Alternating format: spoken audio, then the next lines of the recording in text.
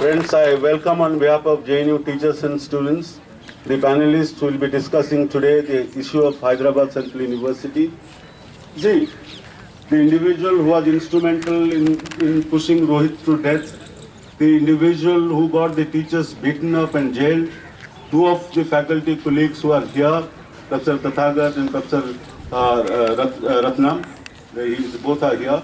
There will be others also, Sukumarji, who is teaching in Delhi University, but he has been all through in Hyderabad Central University, from where he came to Delhi University. So he knows about Hyderabad Central University, the kind of discrimination that is practiced in this university, which has led to the death of 8 students, Dalit students over the years.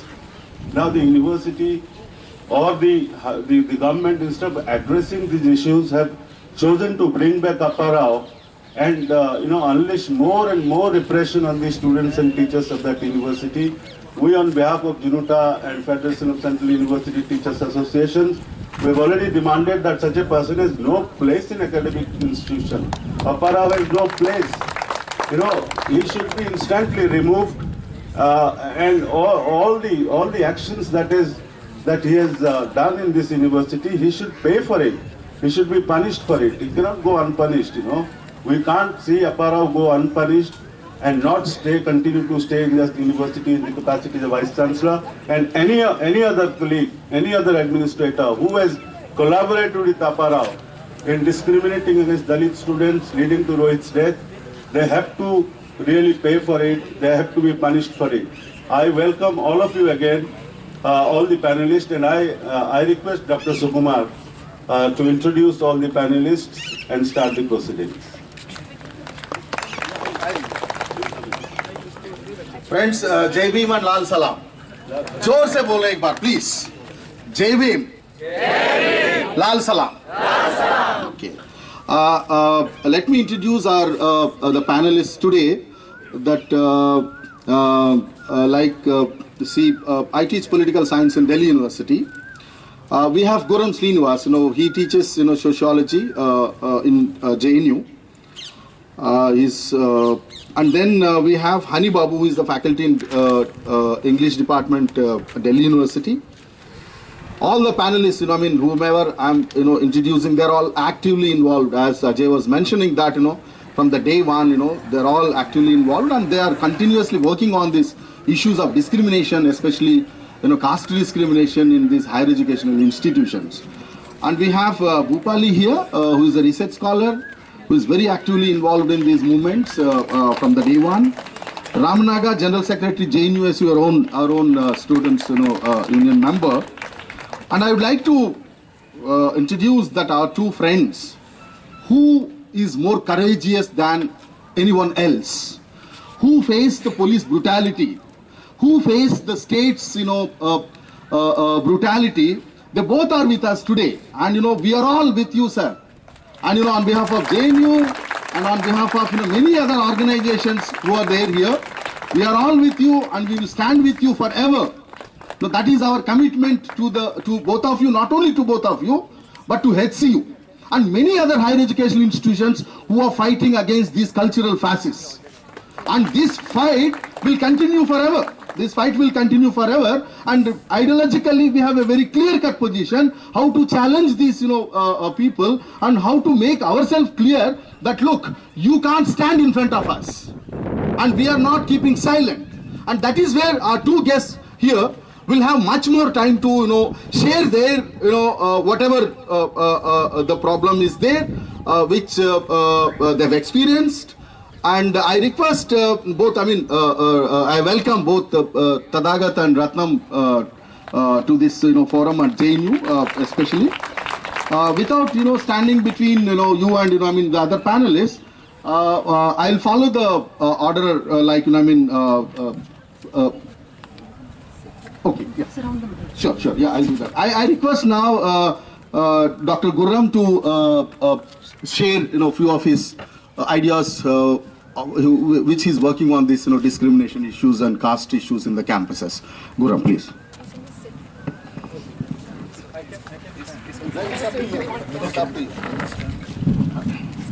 Thank you, friend. Yeah. I think for all of us, it's a very important occasion to kind of reflect on what is going on in higher education institutions. We have been in the University of Hyderabad, where we have. I have been there in the University of Hyderabad for 14 years, and if one has to talk about a higher education institution like University of Hyderabad, which has been now along with JNU is in news for its achievements, but at the same time, these spaces, universities, whichever are going through this turmoil, this kind of they are attracting this kind of an attention. They have been also sites of discrimination. It's not that just because a university has some kind of a high rank, it doesn't mean that the university is free from caste prejudices or discrimination as such. I'm slightly trying to reflect on those days when we were in University of Hyderabad. We have in comparison with to JNU, University of Hyderabad, the student activism, student politics, student movement in University of Hyderabad is slightly different. The caste issue has been highlighted. It's been flagged from the very beginning. Now, we have seen among all universities in India, University of Hyderabad had witnessed highest number of suicides, mostly by scheduled castes and OBC, one or two others. But what is actually going on in a university which has such a reputation, which has been achieving so many things? When we reached the university, when we entered the university, that university is like many other elite educational institutions. Now we have a new category called institutions of higher importance, excellence. So it is one of such university. That university is still grappling with this problem of prejudice, discrimination, and we have seen this in the in this struggle that has been going on after Rohit Vemula's suicide. People are on both sides. If students are overwhelmingly on one side, we have seen. I think I might be wrong, but I think we still need more support from the faculty in University of Hyderabad. We have people with political convictions. We have many faculty who have actually inspired when we were there. I think we still need some more strength from the faculty, and also we need to have more cooperation from the university staff, especially the non-teaching staff.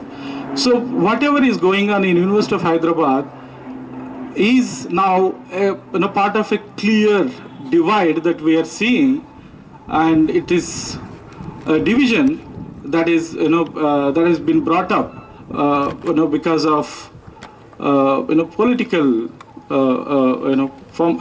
politics practically.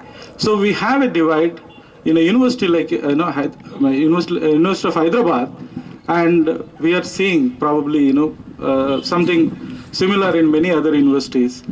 So there is a real danger when it comes to protecting the safeguarding the rights of students and even faculty who come from disadvantaged backgrounds. That is what I think is the real problem with higher education institutions now. Now, caste is there in our society, it is there in our university. There is nothing specific about universities that they are not they have not overcome. They have not actually overcome this prejudice, this discrimination. So University of Hyderabad, when we look at it as a site where state power, misuse of, abuse of power, that is, we can see that, and the movement is more gaining more strength because of whatever is happening not only in University of Hyderabad but elsewhere. So all higher education institutions are facing the same problem, same threat of high-handedness from certain political political groups, and that politics is what is actually uniting. It's in my experience, Jai Bhim and Lal Salam have never been there together. Now that is a reality. So Jai Bhim, Lal Salam has a strength of its own. Probably we need more other groups, ideologies to join together to just to bring a sense of sense of sanity, sense of fairness. It has to be about rights of protecting the rights of students who are entering these higher education institutions with so many hopes and dreams. Now the suicides especially in University of Hyderabad is a sad reflection of the reality there. So the university, which is unlike in JNU, is dominated by natural sciences. There, the natural sciences bring more funding, and therefore, there is some kind of balance is tilted in their favor. So here we have an advantage, but this advantage is also being sabotaged. We have also been attacked in the name of on those wild accusations of being anti-national and all that. So we have to now see how we can come together and work without making any I'm actually not able to get into those details, because I'm still on the back of my mind I'm still reflecting on my own individual personal experiences. So whatever I'm trying to formulate say here are not even reflecting what is going on in my mind. So University of Hyderabad is a more even a grave example of the kind of attack that higher education institutions are receiving today. And JNU, I think, probably has still has some space where we have witnessed more support from all educational institutions, and so therefore the same needs to be extended to University of Hyderabad today, because the media is already blocking. The media is not even reflecting on what is going on inside the university. So the civil society, though it is attempting to reach out to the university, the teachers and the students there, so no one is being allowed inside that university. So we are still not aware of the real situation inside that university. Probably our friends here will share with us those details. But I think it is time now. We should stand with University of Hyderabad the way they stood with us when we were attacked. I think all educational institutions have to stand with each other to safeguard whatever the basic idea about higher education institutions. We have many we have many instances where, so many, strong movements have been, built. I mean, in these two universities. When anti-Mandal, movement was going on, that's when many of these student organizations have, emerged in University of Hyderabad. The students' organizations which stood in favor of Mandal, reservations. And from there onwards, the solidarity between women students' organizations and Dalit students and progressive, students. So these are the combinations, even University of Hyderabad had from 91 onwards. So there is a long history of strong student movement in University of Hyderabad. Now, after 2001 and 2002, when 10 Dalit students were rusticated, and again, recently when Rohit and 4 other students were suspended and kind of social boycotted, within the university, that's when we are witnessing there is a targeted attack on some students organizations. I actually once already reflected on this issue. Rohit Vemala's suicide is entirely different from all other suicides that have taken place, not only in the University of Hyderabad but elsewhere. Rohit Vemala is not a student who had taken to that extreme step in a distress situation or for any other reason, but he took his life because of that political pressure, that political targeting that that happened in that university. That is the first, I think, in my understanding, Rohit Vemala's suicide is the first suicide by a member of a student organization, an active member of a students organization. This is the real threat probably students movement is also facing. So we have to counter this. We have to resist this. Otherwise, if students organizations are also targeted at this level, at this scale, here both not only students but also I think teachers are also targeted, and everywhere probably that is going to be the new trend where everyone will be targeted. But I think that's where we have to take note of this grave situation, this intensity of this crisis that we are facing.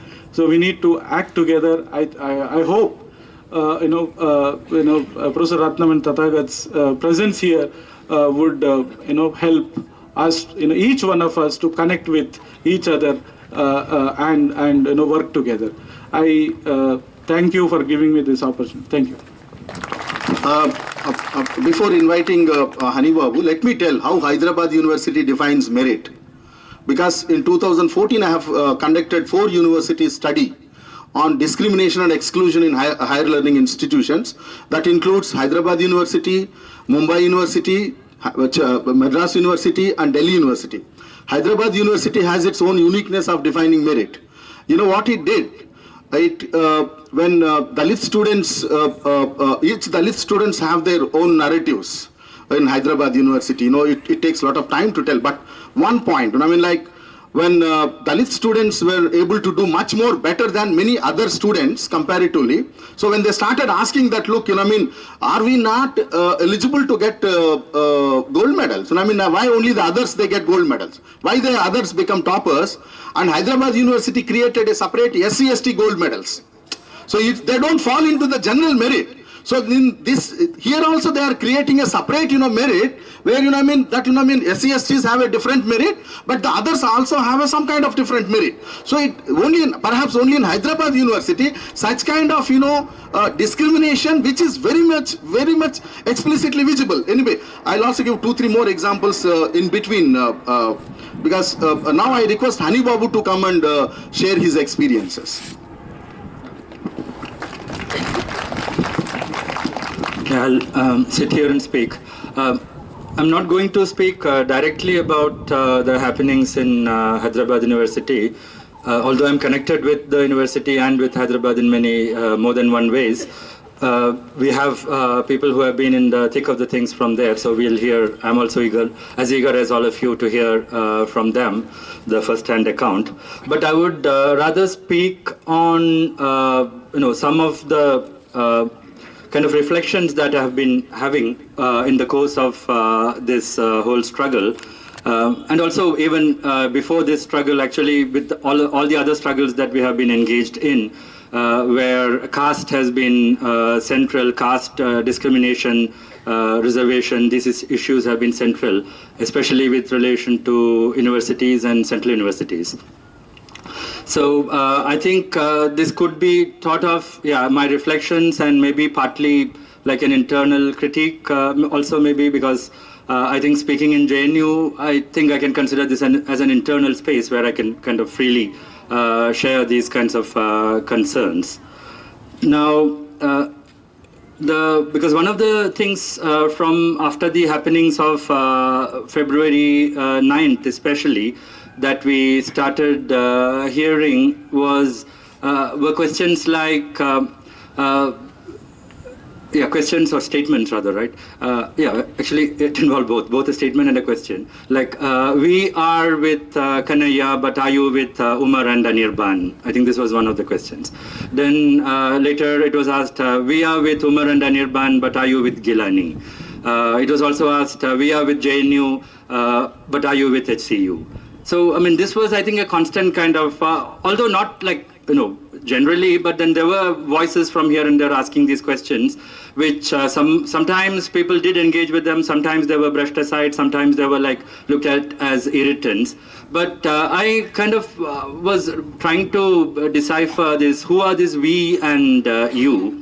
And I think then it struck me that there were also other instances where I've had such issues with this engagement. For instance, I think it was last year or maybe in 2014 when the Ambedkar Periyar Study Circle was, their recognition was withdrawn at the IIT Madras. There was such an outburst of support for them to the extent that an online petition gathered, I think, 7,500 signatures in 2 days or so. And that was, everyone was astounded that how come, because this was again, basically a Dalit Bahujan kind of student group. But, and this is not the first time that Dalit students or Dalit activists or OBC activists are engaged in issues in fighting the university administration and so on. And nowhere I have seen this kind of support. For instance, I have come here in JNU itself and spoken many times about reservation.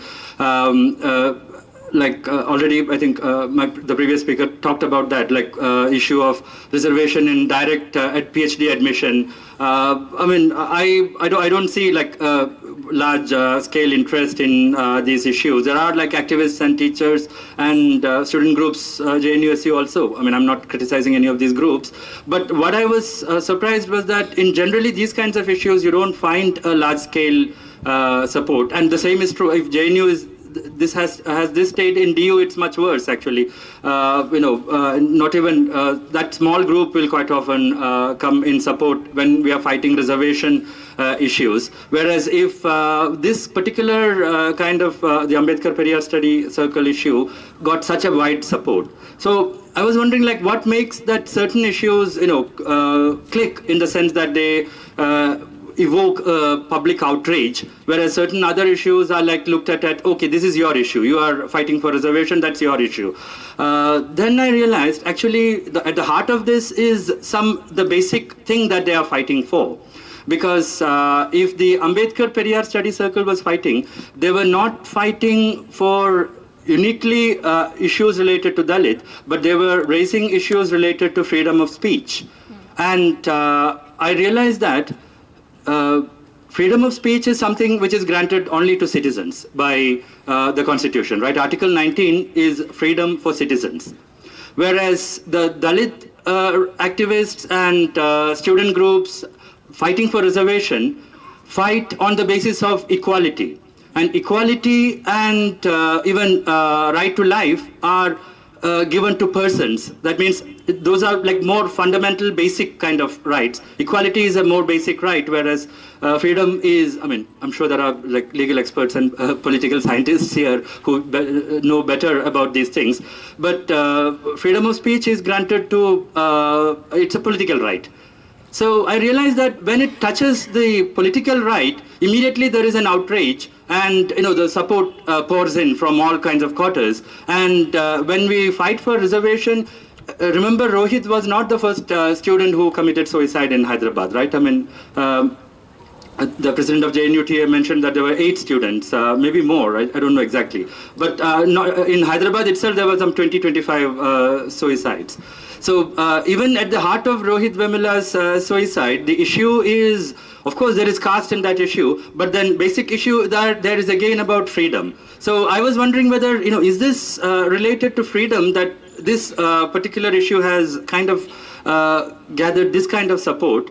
I mean, I'm not kind of, again, as I said, I'm not kind of discredit any kind of support or anything, but what I'm wondering about is that the fact that have we actually paid, when we talk about caste discrimination, and we also say Rohit's issue also involves caste, but we see that actually it involves much more than just caste, right? I mean, of course, it's not that freedom of expression is not important for Dalits or OBCs. I mean, it's important for everyone. But these are rights which are given to citizens. And when such rights are affected, immediately at the level of citizen, everyone is like equal, so that affects everyone. Whereas when marginalized communities and underprivileged people fight for their own right for equality, that's looked at as their right. That's your fight. You're fighting for reservation. You want something. So I think it's time that in the midst of these struggles, I think we also need to, engage with these kinds of issues and address this, actually.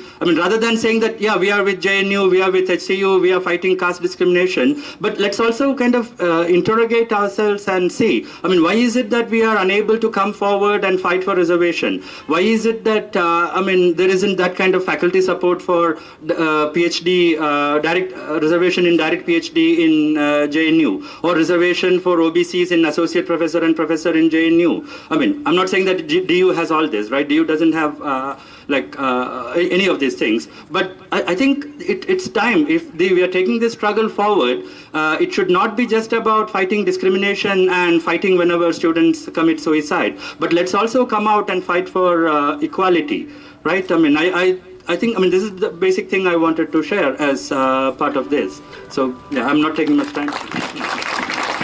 Sorry that, to bother you that, we have many things. But see, there are many upper house. Not only in HCU, there are in JNU, they are in DU, they are in Allahabad, they are everywhere. They spread like virus.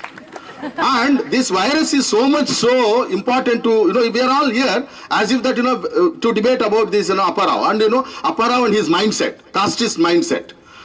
See, in Hyderabad University, interestingly, when Professor Thorat introduced these scholarships, Rajiv Gandhi, fellowships, all the casteist minds, they ganged up in Hyderabad University, and they have become a role model to propose a policy recommendation to UGC. So what they did, how come merit can be equalized where, the other students are coming with entrance, and, these Dalit boys and girls are without, their effort, without any kind of merit, they are getting these scholarships. What they did, before UGC wrote to all universities that you make entrance as mandatory now. Entrance is mandatory to all, universities. Also, it left to the universities. Now, what Hyderabad University did, it created a system like, you have to come through entrance, even though if you got Rajiv Gandhi fellowship, so that you can curtail that fellowship. That is where you can see Sendil Kumar, committing suicide in 2008. And later on, Raju, who also was not given supervisor for 2 years, and the reason what they give is that, no, we don't want to supervise all these boys and girls, precisely we want to save public money, so that, scholarship cannot be utilized. So these are the narratives that when students are expressing their anger, You know, in every university, not only in Hyderabad University, out of 85 students whom I have talked in all the 4 universities, 60 students, 60 plus students, they are all dependent on scholarship. So how do they survive? The new mode of operandi is that these casteist forces is that stop the fellowship. That is where Rohit Vemula's fellowship was also stopped. So all upper house everywhere. Please let us not, so we need to, address this, caste issue more seriously. And of course, there are many other issues need to be debated because, caste is very important matter to be debated. Anyway, I don't want to again, come in between. Now I request Bhupali to share her views.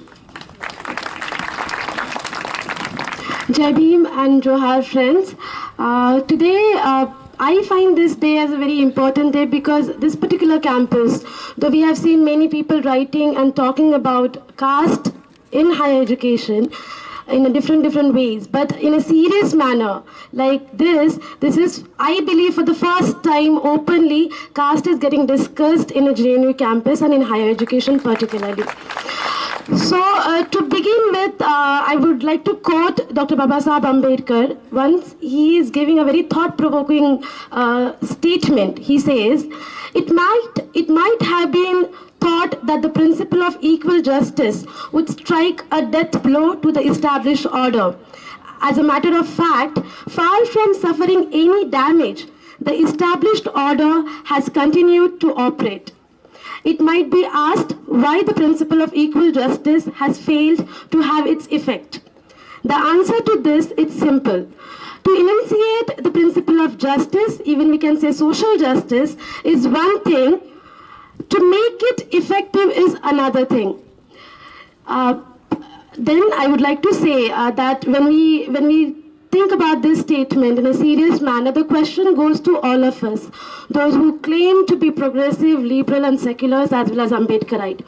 The question doesn't go to the Andhabhakt of BJP, RSS, because they're already having one particular mindset which they don't want to come out of it, including the SC, ST, OBCs in RSS, BJP and some other right-wing forces. But this question goes to all of us, that what is that we have done to ensure the principle of social justice or equal justice to all. So in this context, when we speak about HCU, the very first thing, when I went to HCU and I had a conversation with some of the students, there's a very basic question they're asking, that when Appa Rao was, he was supposed to be arrested under SC/ST PO Act for killing Rohit Vemula, when he came back with his task plans with the help of ABVP students to join the university again from his leave, why there was no voices from all the professors, not just one or two? If we say that we believe in the principle of justice, why the professors, the non-teaching staff and the many other people in the university did not speak about this, that Appara should be arrested first because there is a charges on Appara under SC/ST PO Act. This is happening precisely because if we connect it to the other side, to the larger system of discrimination in higher education, in the appointments of professors, associate professors, assistant professors, as well as non-teaching staff, we can connect this both. There is this paper by Professor Vivek Kumar where he talks about discrimination in higher education, and he connects this with not having faculties coming from a SC/ST minority and OBC background. And in this context, he gives the data, which is a very, very important data to consider. At one point, he says, out of 46 central universities in India and one open university, there is only one ST vice chancellor. We need to ask this question, why it is so. In the same context, when we try to understand the situation in HCU, there are many points, but there is one point that there is one particular professor who have digged wall in front of his house, the quarters which he has received from the university. He has digged the wall to protect his purity. These kind of mindset, our professors, our civil society organizations, and the people who are continuously associated with universities never ask.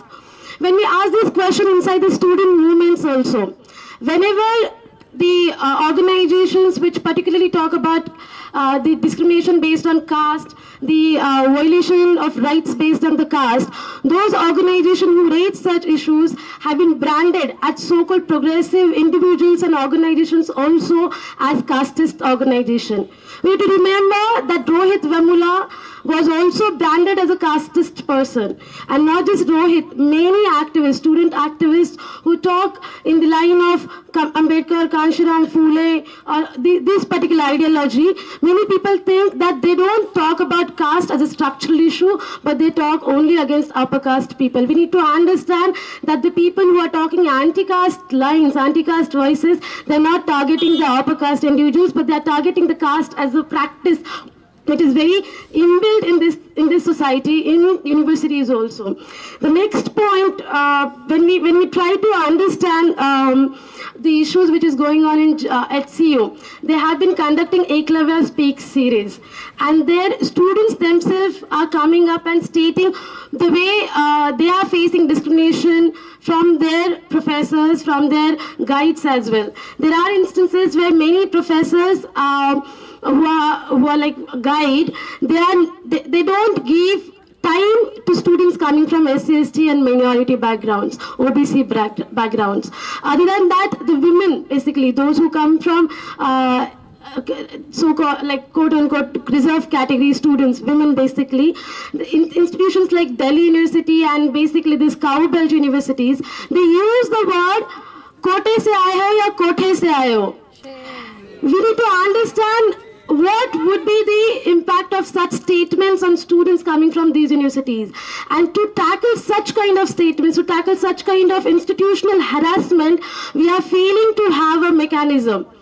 We have had Turat Committee recommendations. Now there is a talk about Rohit Act. We are not sure when it will happen, but even if it happens, we need to understand until and unless there is no mechanism, there is no willingness to ensure the social justice, there is no willingness to ensure the equal justice, these mechanisms will also not work. Other than that, there is one very important article by Matthew Kuriakis on solidarity is not a dinner party. We need to understand that even in student movements, I don't consider ABVP as a student movement. It's agents of some particular right-wing forces. But those who claim ourselves as the student movements, are we discussing the issue of caste in a serious manner? We have, when there was Occupy UGC movement was going on, we were equally part of it. And we are proud that we have been part of it. We will always be part of the Janwadi movement, what we call. But at the same time, when we raise the question that it was a time when Rohit did not commit suicide. His institutional murder was, it did not happen at that time. It was before the 17 January incident. So when we raise this point that in HCU there are 5 students who have been socially boycotted by the institution itself. Social boycott in this so-called 67 years democracy, parliamentary democracy in 21st century is a serious question. But the students who claim to be progressive and part of progressive student organizations have used the words, and I still remember, because it is a very problematic statement and we coming from such backgrounds take it in a serious manner. Students have said from a progressive student organizations that, see, these kind of incidents will happen everywhere.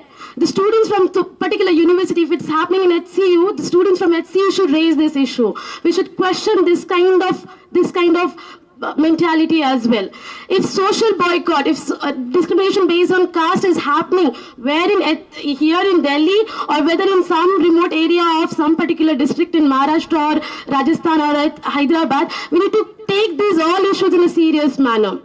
On the other side, when the attack on JNU started in the name of the so-called anti-national debate, that time also this question was raised that when it was ensured that Kanhaiya, Umar and Anirban, all of them are back on bail itself, but still we should continue with the struggle for Rohit Vemula. Even at that time, there are student representatives who have used the word by saying that caste is, it's not taken very important by media, by even policymakers, but whereas this particular attack on students in the name of nationalism is a very serious thing, and we should see that it should get continued, that the struggle for students who have been branded as anti-nationals. So we do understand that there is an importance to struggle against fascist government, fascist policies, but at the same time, caste Brahminism has been working in this particular country for several years, and it is equally worst as fascism. So until and unless we understand that both caste and this religious fascism and fascist forces need to tackle in equal manner and in equal spirit, we will not be able to go ahead what we call in solidarity. In the name of solidarity, we should also not forget that people coming from different sections will speak differently, and the dominant, so-called dominant forces should not try to dominate the language of those coming from a different vernacular background, those coming from underprivileged backgrounds may not speak the way so-called dominant caste class students speaks, but that doesn't mean they don't have voices. So this is also an important question which is in HCU also has been raised. In the name of solidarity, we should not just appropriate the others' movement. That is the important point. And though there is a very less time, what I would like to say is that in JNU also we have seen in direct PhD admission in winter semester for the past 2 years, we have seen that the students coming from SC, ST, OBC backgrounds have not got the legitimate representation. I mean, there is one data which says there are only 0 SC and ST students. There is no SC, ST student. OBC 1 student out of 64 or 70. I'm not sure with the number, but it is there. Other than that, when we take the issue of Viva Voce also, we see most of the students coming from marginalized backgrounds have given 0 mark. We need to question this. When you write a proposal and submit it during the admission process, that writing a proposal also takes time. Somebody has invested their time, their talent, their energy. So even for that particular thing, one should give a mark. You're giving a 0 mark to SC, ST, OBC student on what grounds? Other than that, when we see the deprivation points debate, there are last year when the organization which I come from, Birsa Phule Ambedkar Students Association, we also contested. So we were doing campaigning, and we saw when we talk about deprivation points for minority students, like Muslim, Christians, and mainly Muslims, people coming from different sections, those who claim to be progressive, have also very notorious argument in that context. We need to understand, despite of having such a commission report, there are Muslim students who are not having enough representation in higher educations, the so-called higher learning institutions. So in all this context, to summarize what I when I was there in HCU, there are students who says that Rohit Act will come. In fact, right now nobody in HCU is forcefully talking about Rohit Act precisely because there are many things which have been not done. The arrest of Bandaru Dattatreya, arrest of Apparao, and the way non-teaching staff support has been taken away. So there is the support which support mechanism is not there. People are not having enough support there in HCU. So by seeing all these things, one thing we want to emphasize again and again, that we will have Thorat Committee recommendations, we will have Rohit Act also, but until and unless this caste prejudice and under the umbrella of progressiveness, behind that curtain of progressiveness, the continuation of caste prejudice will happen. The principle of social justice will not be established even in so-called progressive institutions like HCU and JNU. Thank you. Jai Bhim. Thank you, Bhupali. It all depends on, how institutions also shaped over of a time. Okay, so जैसा बाहर है वैसा ही अंदर है, जैसा feudalism है, जैसा communist forces जो है, वैसा यहाँ अंदर भी है. So the institutions are becoming more feudalistic.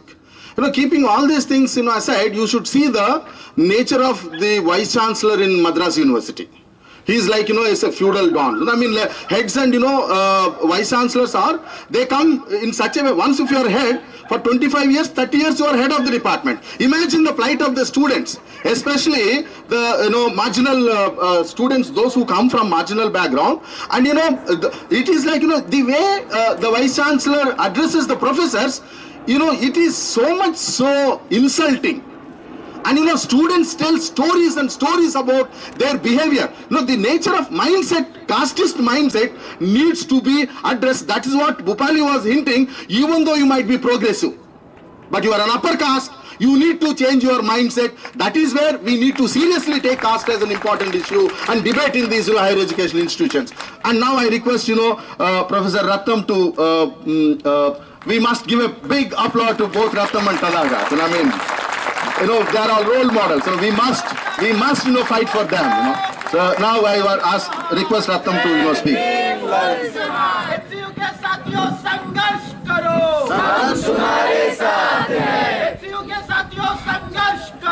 हम तुम्हारे साथ हैं। डॉक्टर रत्नम को जय भीम उल जोहार। जय भीम उल जोहार। Rama will speak later on. You speak, sir. So you speak and then we. Yeah. Sorry. I just jumped like a feudal, dawn. Sorry. So it's like, let Rama speak. I'm extremely sorry for that. ठीक है, पहले ही मिल गया sir से पहले. First of all, on behalf of JNU SU, I wish revolutionary greetings to all my teachers from JNU, DU and HU for your support, for your solidarity in the past few days. When we were under attack before few days, some of us were arrested, some of us were charged with citizen charges, some of us were underground, some of us were witch-hunted by the police and the media. So at that time, it is our teachers who stood up with us, and they said that don't worry, we are with you and we will lead the struggle. And literally they led the struggle and they showed the solidarity, not only inside our campus or in our country, but internationally we got the support. And because of this, now the movement in JNU and SU, it has moved forward, and it is because of this solidarity by the teachers and students like this, that this movement is going forward. I will speak on the ongoing movement in HU and the caste and higher education. But before that, I want to express some of the experience on these issues, because I was talking with my father a few days back and also yesterday as well, and he was asking some question to me regarding the recent incident in JNU and HU. And my father was like, he is not academically qualified, but he is socially and politically qualified. He does not understand the meaning of university, but he understands the meaning of college and academic institution. So he was talking with me over phone, and he said that, बेटा कि अभी कुछ दिन पहले media में इस बात को दिखाया गया था कि जो तुम्हारा कॉलेज है वो यूनिवर्सिटी नहीं बोलते हैं, वो बोलते हैं कि कॉलेज है तुम्हारा, क्योंकि जवाहरलाल नेहरू यूनिवर्सिटी नहीं बोलते, जवाहरलाल नेहरू कॉलेज में मेरा बेटा पढ़ता है. तो वो बोल रहे थे कि अभी कुछ दिन पहले मीडिया के थ्रू हम लोग को बताया गया कि तुम्हारा जो कॉलेज है वो तो देशद्रोहियों का गढ़ है, और रोहित का जो कॉलेज है उस पर भी देशद्रोही के लोग रहते हैं और ये इंटरनेशनल का गढ़ है. तो अभी हम लोग को ये खबर मिल रही है कि ये जो देशद्रोही का गढ़ एकेडमिक इंस्टीट्यूशन और रिसर्च में फर्स्ट आया हुआ है, टॉप किया हुआ है. तो ये मामला क्या है एक्चुअली? क्या जो देशद्रोही होते हैं वो पढ़ाई लिखाई में ज़्यादा आगे होते हैं, या फिर जो पढ़ाई लिखाई में आगे होते हैं उनको देशद्रोही बोला जाता है? ये सवाल था उनका. और दूसरा सवाल वो मुझको पूछे कि ये जो अभी डेटा आया हुआ है मानव MHRD की तरफ से, उस पर रिसर्च के लिए और इंस्टीट्यूशनल ऑटोनॉमी के लिए JNU को और HU को, जो रोहित का और तुम्हारा कॉलेज है, उसको टॉप करार दिया गया है. और कुछ बीजेपी के लोग बोल रहे हैं कि ये जो टॉप इंस्टीट्यूट हैं उनको बंद कर देना चाहिए.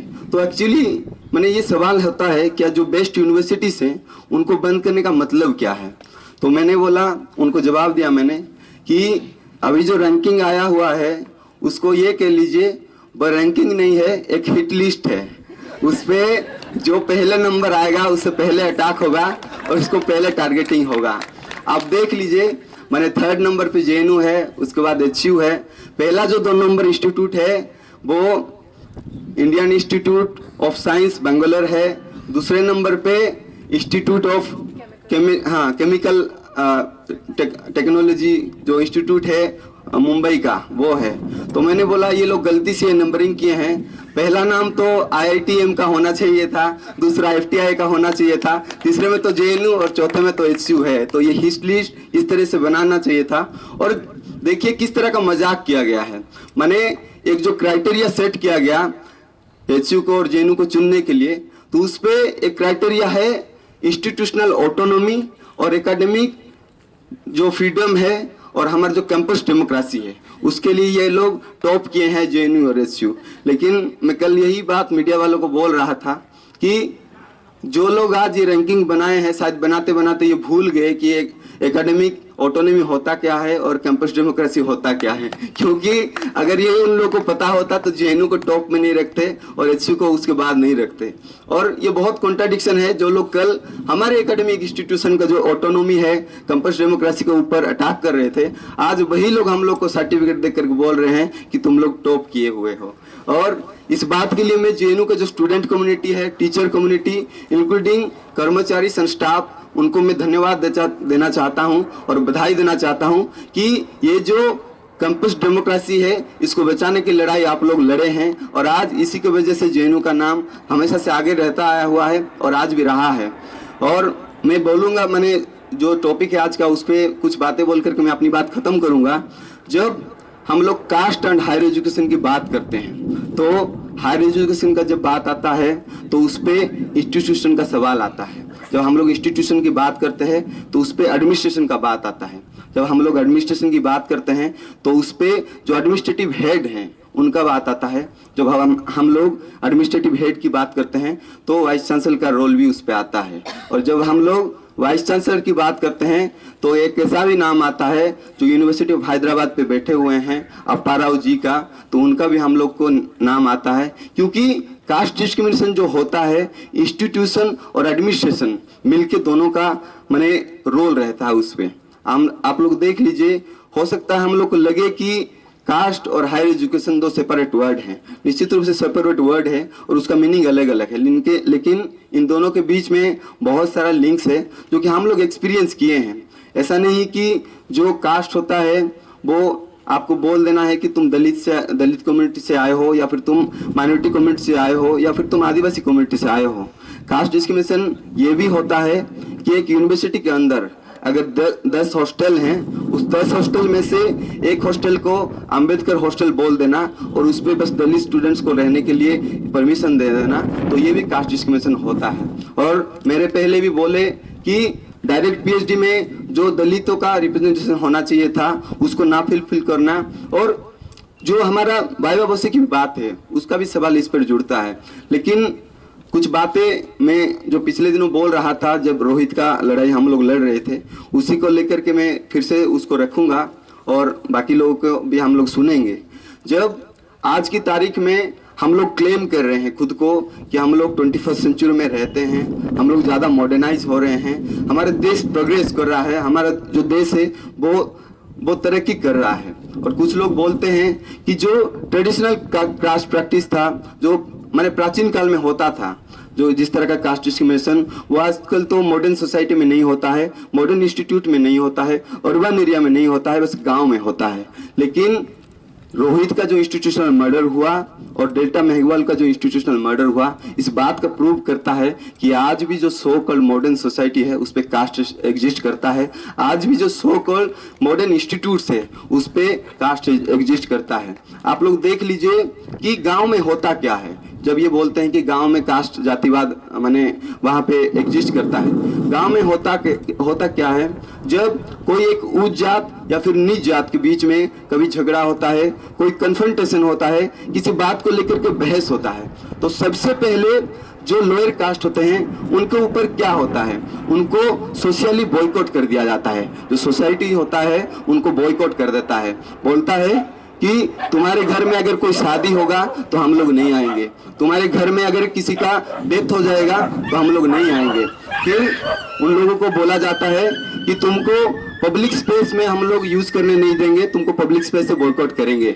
वहां के गांव में जो तालाब होता है, जो पानी पीने के लिए जो कुआं होता है, उनको पानी लेने के लिए परमिशन नहीं मिलता है, उनको टेम्पल में एंटर करने के लिए परमिशन नहीं दिया जाता है। अगर कोई दलित समुदाय से गांव का चुनाव लड़ने के लिए तैयार हो जाता है और चुनाव जीत अगर जाता है, गांव का जो सरपंच होता है, पंचायत का हेड, अगर वो सरपंच भी हो जाता है तो उसको रिकॉग्नाइज नहीं किया जाता है। इस तरह का सोशल बॉयकॉट होता है। और सेम चीज आप यूनिवर्सिटी ऑफ हैदराबाद पे देखी हुई है।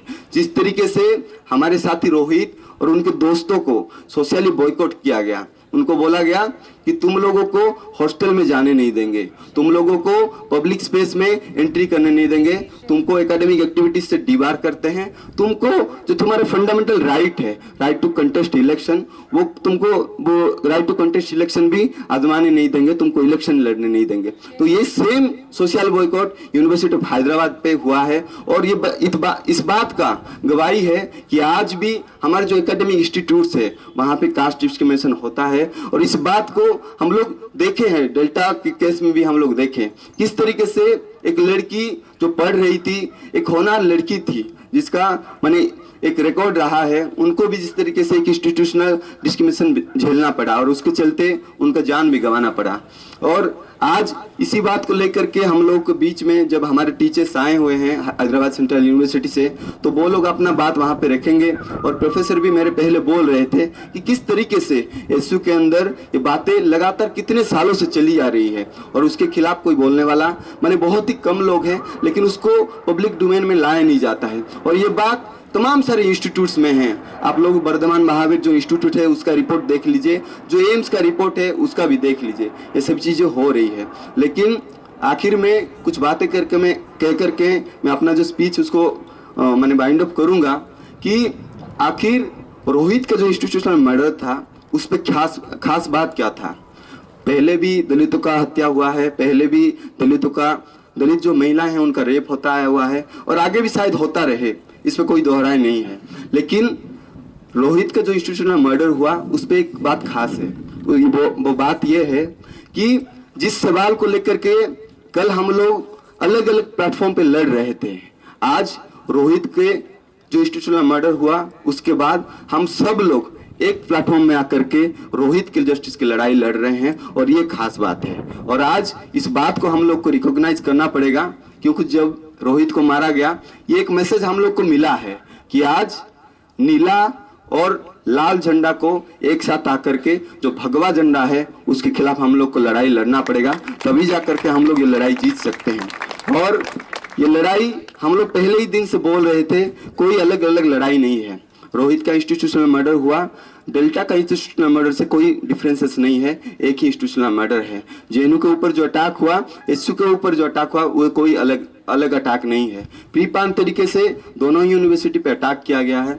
इसीलिए हम सब लोगों को मिल करके एक यूनिटी बना करके हम लोगों को इस बात को उठाना पड़ेगा। और ये वक्त की मांग है कि हम लोग सब एक प्लेटफॉर्म में आकर के, चाहे कोई भी बिलीफ हो, कोई भी आइडियोलॉजिकल पोजीशन हो, उसको हम लोग भुलाते हुए एक ही साथ आकर के जय भीम लाल सलाम का हम लोग को नारा देते हुए रोहित का जो जस्टिस का लड़ाई है उसको लड़ना है। और इसी के साथ मैं फिर से हमारे जो टीचर्स हैं यूनिवर्सिटी ऑफ हैदराबाद से, डीयू से और जेएनयू से, उन तमाम सारे लोगों को जेएनयू स्टूडेंट यूनियन की तरफ से मैं शुक्रिया अदा करना चाहूँगा। और इस लड़ाई को हम लोग सब लोग टीचर स्टूडेंट मिल करके आगे ले जाएंगे और जस्टिस फॉर रोहित विमला की लड़ाई को हम लोग आगे लेकर के उसको मंजिल तक पहुंचाए। जस्टिस फॉर डेल्टा मेघवाल का जो लड़ाई है उसको लेकर लड़ करके हम लोग आगे ले जाएंगे और उसको मंजिल तक पहुंचाएंगे। और तमाम सारे जो कास्ट डिस्क्रिमिनेशन है उसके खिलाफ हम लोग आगे यूनिटी बना करके लड़ेंगे। बस इसी के साथ मैं अपनी बात खत्म करूंगा। आप सभी लोग का शुक्रिया अदा करते हुए जय भीम, लाल सलाम। Thank you, Rama. Once again, my apologies. Look, attack on Ratnam was my teacher. Professor Ratnam was my teacher. Okay. Attack on Ratnam is nothing but attack on Ambedkar. Attack on Ambedkar's ideology. The way police behaved with Ratnam is, you know, I mean, see, at one level you are trying to appropriate Ambedkar and celebrate 125 years of Ambedkar celebrations, HRD, it is shame on your part that at one level you are trying to celebrate 125 years by appropriating Ambedkar, and at another level you are trying to attack, Ratnam, who is a strong Ambedkarite, who stood with the students there. I know him, his commitment and conviction in Hyderabad University is so much so visible that he went to try to, find out what is happening there. And the way he was targeted, and it is not that, the immediate instance. And I know when I was a student, this same casteist Apparao, he asked Ratnam to ride the hostel which I stayed. And Ratnam said, no, why should I ride? Why should I ride on the hostel? There might be some students who might be there, but see, he defied his orders, So he has problem with Ratnam from the day one, where Ratnam stood for, students' welfare there. Now I think I would like to request Ratnam to please, you can take your own time, sir. Please, enlighten us more about the casteist institution like Hyderabad University. तो HCU के साथ ही संघर्ष करो, हम तुम्हारे साथ हैं. Friends, good evening. At the outset, I must say thanks to JNU Teachers Association and JN Students Association, or Union, sorry, and co-panelists. We are invited for this panel discussion, and myself and Tathagat are here, and we would like to share some of our views. And we must appreciate the way JNU teachers and students are combinedly fighting for the justice as anti-nationals, I think. And it's a reverse in our university, because here 95% of the teachers are with students, whereas in HCU 5% of the students are teachers with students. I think it's a reverse anyway. Now Rohit is a history, but that history created two streams of thought. That's what I believe.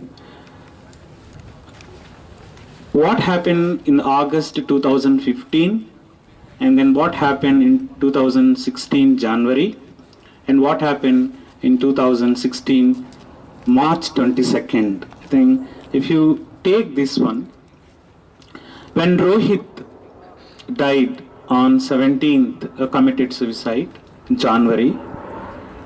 After some days, Rohit's mother came to Delhi, and Prime Minister made a statement. Bharat Mata lost a son. That's what his statement.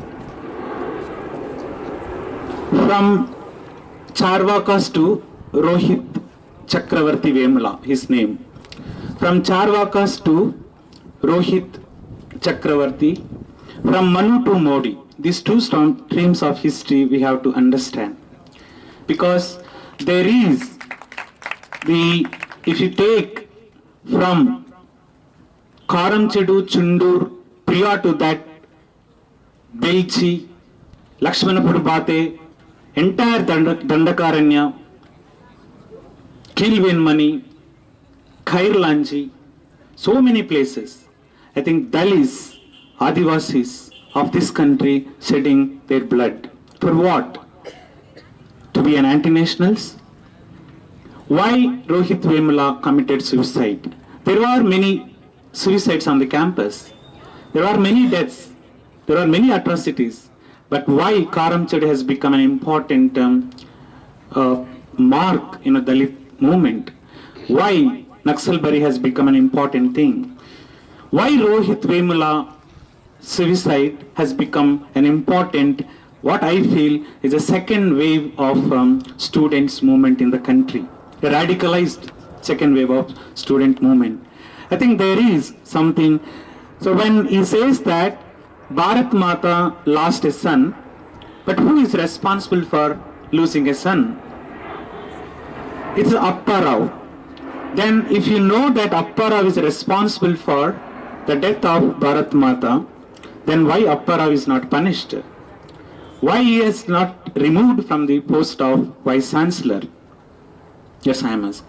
Then Apparao, when we were arrested and imprisoned almost 1 week, he said one word, I am pained that faculties have been arrested.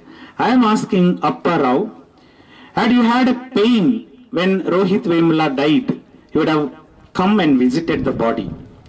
Even enemy dies, I think this is we understand, if it is my country, I understand, even enemy dies, we would like to visit and pay tribute to that body. Why you escaped from the campus? He is your student. You said, he is my student, Bharat Mata, son of your Prime Minister. Then why you escaped from the university? You have no morality to even visit the dead body of Rohit Vemula. We were there. I think Tathagat was entire night at the dead body. I was there up to late night in front of the dead body. Many faculty were there. The same Appa Rao, had he had a pain when 2 faculty were brutally assaulted by policemen. He has no morality to call us and say that you withdraw the cases or don't take the faculty. I think, Mr. Appa Rao, you are not pain, you are indifference to pain. Your indifference to pain made Rohit Vemula to die. I think as the JNU SU president said, or member said, I think so his name, the symbolic erection of Veliwada in university. The symbolic erection of Veliwada, that is ghetto, in university. University is an institution. Caste is an institution, or some people it's a structure or superstructure. We are not going to that debate.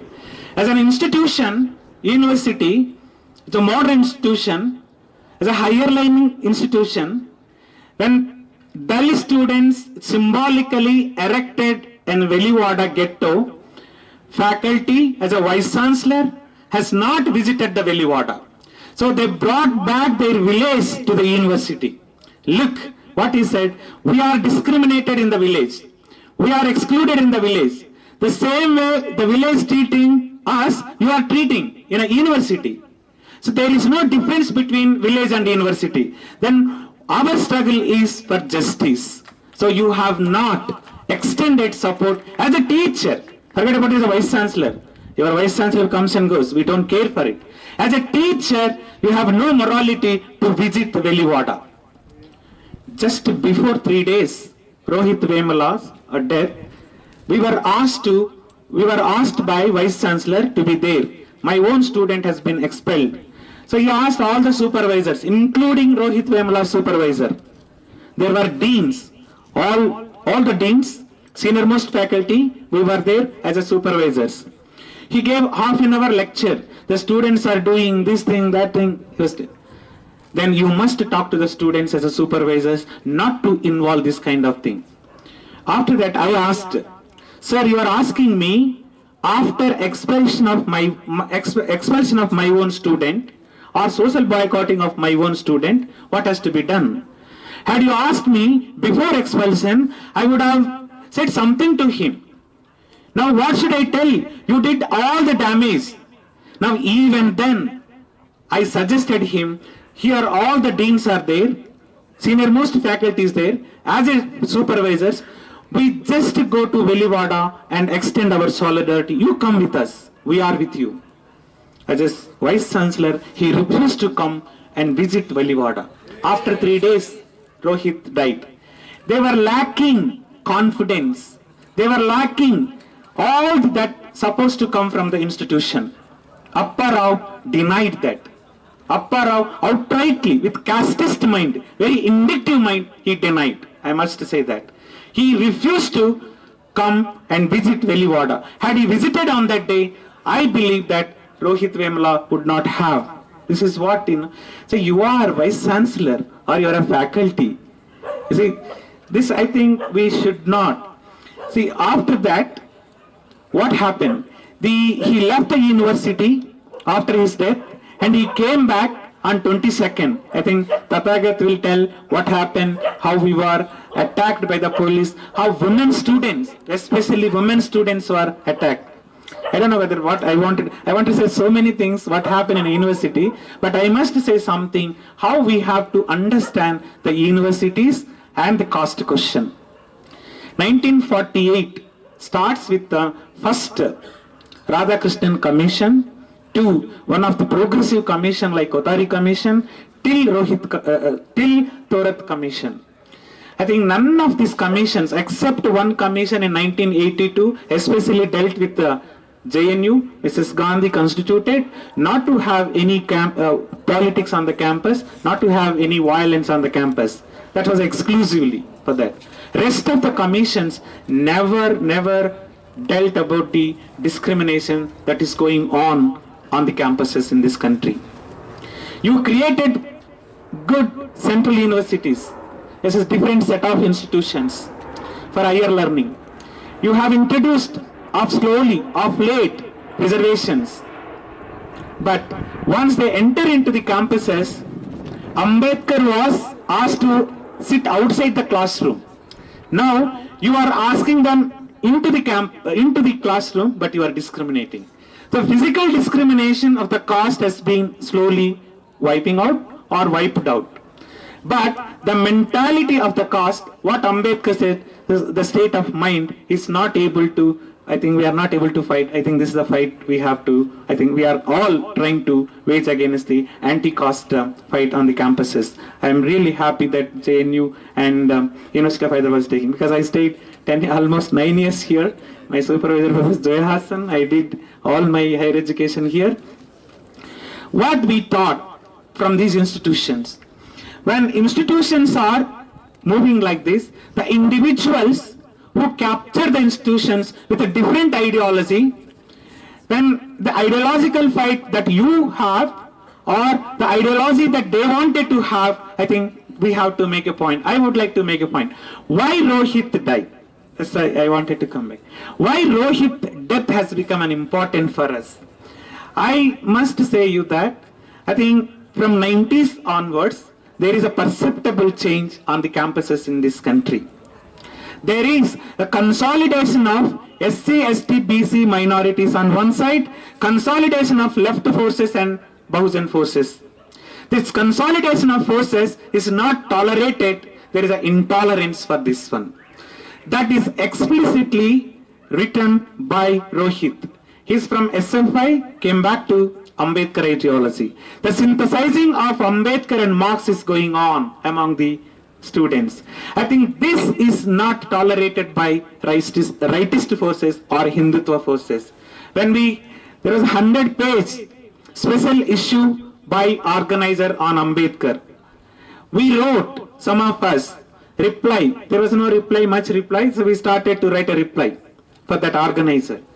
When we wrote reply to that, myself, Tathagat, Professor Aragopal and Saumya, 4 or 5 teachers were declared by ABVP RS as anti-nationals. They pasted our photos and pasted these are the anti-nationals, taking the government salary and teaching anti-nationalism in the universities. That is an attitude of an ideology. If you have that ideology, that is a counter-revolutionary ideology, what Ambedkar said. That counter-ideology, counter-revolutionary ideology that you want to propagate, then when we take the real Marxism and Ambedkarism, that might work for the social transformation of this country, then you are branding as an anti-national. Then why you said that Bharatamata lost his son, it is an anti-national? Rohit fought with ABVP people in 2015 August in his room. They said Rohit tore their posters and fought it. The entire episode, if I narrate what happened in Proctoral Board, how it was denied, how Rohit in a desperation looking for justice, that was not done. Of course, there was internal problems in the struggle that also expressed in his letter. All that we take, the campuses in this country are heading towards something. What is that something? If we understand that, I think institutions, especially higher learning institutions in this country, are trying to correct something. That's something that we could see among our students. When we started Ambedkar's center in University of Hyderabad, there's a lot of protest from the university teachers. No, you cannot start a center on Ambedkar name. You cannot start a center in the university structure. If you want, you can start outside the structure. As if Ambedkar is not an ideologist or a thinker. So there is something which has to be addressed. I think university students in HCU are trying to understand that. They are asking. So there was, when I attended academic council meeting, teachers was telling, senior most teachers were telling to me, why these people need this much of fellowship? It's a waste of money. And Senthil was asked by his professor Srivastav, one of the dean at that time, your father and mother is earning 5,000 by rearing the pigs. If you join with them, so you also add some 5 more thousand, so 10,000 is enough for you. After 1 week, he committed suicide. If that is the, what you call the caste, the mindset of the teachers, then how to address it? It's a very difficult question. The physical caste discrimination that Ambedkar faced, sitting outside the classroom. Okay, he fought and came into the classroom. Now students are coming into the classroom. The kind of inconvenient questions that are posing in the classroom is not able to tackle by the teachers, most of the teachers. I think if I speak academic discrimination and administrative discrimination that is going on in the campuses, so very much. There are 2 kinds of discrimination that they are trying to fight. Ambedkar Students Association and left forces on the campus in HCU. Administrative discrimination and academic discrimination. Academic discrimination is that not giving supervisors, putting so many questions that you cannot do this area of research. A teacher, this is my specialization. Sir, I would like to work in this specialization. No, you can't work. No, you can't work. So they are outrightly rejecting the students. Now earlier, 60s and 70s till 90s, Dalit students were not getting fellowships, since their enrollment in higher education was very less. Now after giving enhancement of fellowship, enrollment in higher education is more. The teachers, they told me in academic council, earlier meetings, since Dalit students were not having fellowship, they cannot do research, proper research or meritorious research, so called. Now when they were given fellowships, now there is another discrimination. Earlier, since you are not having fellowship, you can't do PhD, so it's better to leave the university. Now when you got a fellowship, now what they designed, in front of me I saw, one teacher was telling, since they are getting free fellowship, we must have our own classroom test for Dalit students to pass, then we'll ask them to claim the fellowship. Sir, you said that earlier they were not having fellowship, sufficient money. What was the fellowship? They are getting 400 rupees, 500 rupees from state government. If any PhD student, if I ask to get Xerox this book, they must, I think they have to spend 50 rupees on that book. If they spend 400 rupees on entire collection of material, so what money they would spend on other mess charges and other things. So they were not able to do the research. They were in search of jobs. They left PhD. Now they are getting 15,000, 18,000. They wanted to do research. They wanted to do more literature. They want to put more questions to the teachers. And then they are not able to understand their involvement in research was tackled by discriminating. No, you can't be in research, so you can't do research. So labs were denied, and supervisors were not given. Proper topics were not suggested, and then even doctoral committees were not properly conducted, and hence their fellowship has been stopped months together. When the fellowship is stopped months together, it accumulates 1 lakh, 2 lakhs. So then he goes to the clerk. Sir, my fellowship is stopped. Clerk says, from 10 to 5 I am sitting in the room or in administration, entire month I get 15,000. Whereas without working, you are getting 2 lakhs rupees. Why should I pass it? So he is holding further.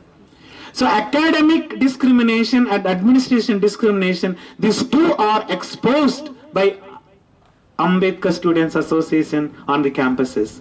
So in this context, I think I don't know how to put another perspective, understanding of entire institutions. I have a lot to say, but anyway, let me say on what happened on 22nd March. I was there in selection board on 22nd March from 10 to 2 o'clock. After that, I was told that Apparao came to the campus. And Apparao, how he came? Because MHRD, his own ministry said that Apparao could not reach out the students. That is why Rohit Vemula died. The two-member committee that visited university after Rohit Vemula died categorically said he was not able to reach the students. He should have a shame on that. Secondly, there was a committee, judicial inquiry committee on Apparao, yet to be submitted. It's a final report. That's also pending. The third one, he himself filed a writ petition in High Court quashing SC/ST Atrocities Act against Apparao. It has not been granted. Putting on 3 criminal cases on you or 3 things on you, how could you enter into the campuses? You are not having a minimum sense of visiting dead body. You escape like a thief, and now you want to come with police force. What kind of a teacher you are? Do you have any stature to be in a university? I am asking. If that is the case, in 2002, you are responsible for rustication of 10 Dalit students. Why? I asked as a warden at that time, privatizing of messes is not possible in central universities. Central universities, messes are run by the students. As a teacher, I am not supposed to involve your mess affairs. But I told you, sir, students are running the mess. Their mess charge is 20 rupees per day. After central purchasing committee, mess charge has gone 40 rupees. Let me say, I take one example. If I buy 2,000 rupees in any what you call the supermarket, 2,000 worth rupees, if I buy, that fellow asks me, sir, shall I drop you or home delivery? He'll ask us home delivery. If I 2,000 rupees I buy, he asks for home delivery for 40 rupees charges. If I buy for university in a month 30 lakhs worth goods, how much money I would get from same supermarket? That money is taken away by the so-called Central Purchasing Committee headed by Apparao.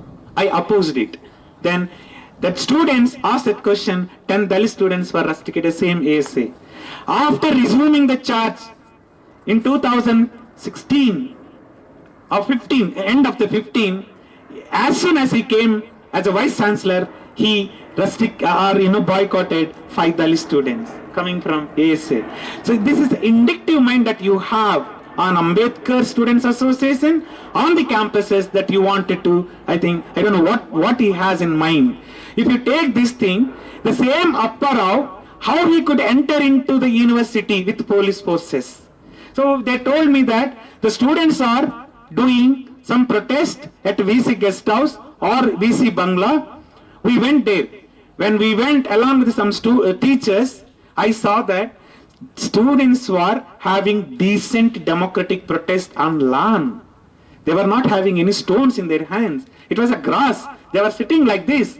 And Apparao and ABP students and deans were sitting inside his Bangla. Students I saw they were raising slogans, that's all.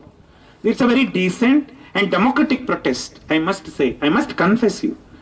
Then we saw that we are standing somewhere, some of the teachers, all of a sudden there was a police surrounded the students. 2 rows of girl students were there. The way they were kicked, they were dragged, they were beaten up.